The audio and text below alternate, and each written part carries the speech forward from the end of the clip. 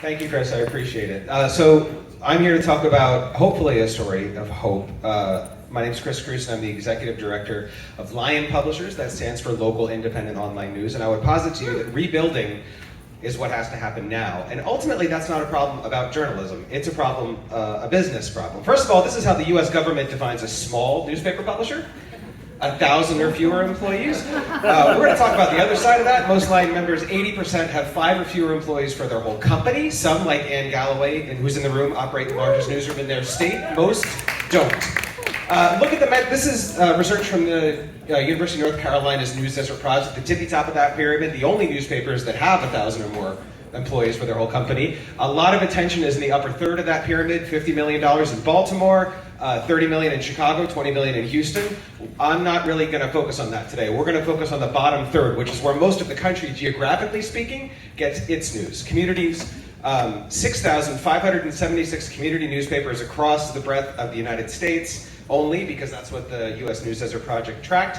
That's the underserved opportunity in terms of today's market for rebuilding the local news ecosystem. So what do we have to do to serve this audience? Well, first I would posit that we look to what already exists in this space. I'm going to point next to some research that the Google News Initiative helped Lion conduct a couple of years ago in 2019. That project was called Oasis, which is subtle, right? Because what grows after a desert? Well, water and an oasis. The research that we did from that project in 2019 showed there were 704 existing publishers in the US and Canada that were digital native. So what do those look like as organizations? What are we trying to shore up and begin to seed more of in the places where there isn't enough news? So I thought it'd be interesting for you all to see some facts about them. They're small. Like I said, 80% of Lion members, 5 or fewer employees for their whole company, not just their newsroom. 60% of members, 2 or fewer, and many of those don't even have 1 employee yet. They're working up to it. They're resilient. They can go dark if things go bad. They're growing in numbers. 50 launches a year every year for the last 5 years. And many of them are former reporters, come out of newsrooms. How many great journalists do you know? You all know great journalists. How many journalists are great business people? A hell of a lot fewer, right? They know how to write a story. They don't know how to build a strategic plan, write a mission statement, find a target market fit. None of them knows how to get to success, or even what sustainability looks like, because we confuse longevity in many cases for sustainability. Oh, they're still publishing? They must be fine. And meanwhile, behind the scenes, it's all duct tape and staples, keeping everything together. We decided at Lion to try to put some meaning behind that word sustainability. We've been serving our members for the last few years, running programs that were built with the help of Google and Facebook, now Meta. We have run a couple of dozen experiments funding efforts to help build their sustainability. We think it lies in the nexus of these circles, and it's a balance. It's not any one thing. If you ask the publisher what they need, they will tell you money. But if you put a lot of money in a leaky cup, you can do more damage and the money will be gone within a number of years.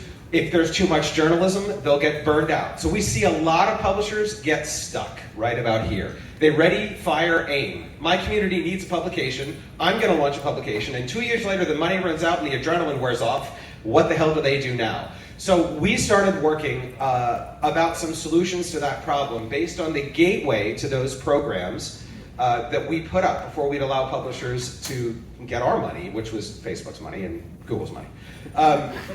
We called it a sustainability audit. Really, it's a diagnostic tool. Think of it like when you go to the mechanic and the mechanic tells you all the things that could be wrong with your car. We did this for about 50 members last year. By the end of this year, we will have done 150 of them. Publishers meet with an expert consultant who walks them through the issues with their business and tells them where to make adjustments. And then with some money from those platforms, they can solve some of those problems, create a marketing plan, shore up their analytics. A lot of publishers have really terrible analytics.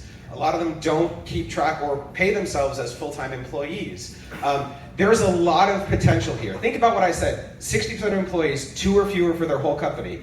$100,000 or more doesn't sound like a lot of money, but for 2 people, given the average salary of a reporter in most places in the country, for 2 people to make a comfortable living operating their own website, that could be a solution to the problem. The outcome is local news as potentially a good small business, not just good for civic health, not just good for communities, but good for their pocketbooks, good for their wallets, good for their careers. If local news is a good small business, then more people will start local news businesses. And if that happens, we can start to solve the news desert problem, which, all due respect to Peter, I do believe exists. So that's the use case for Lion Publishers. Thank you very much for listening. I'll be around.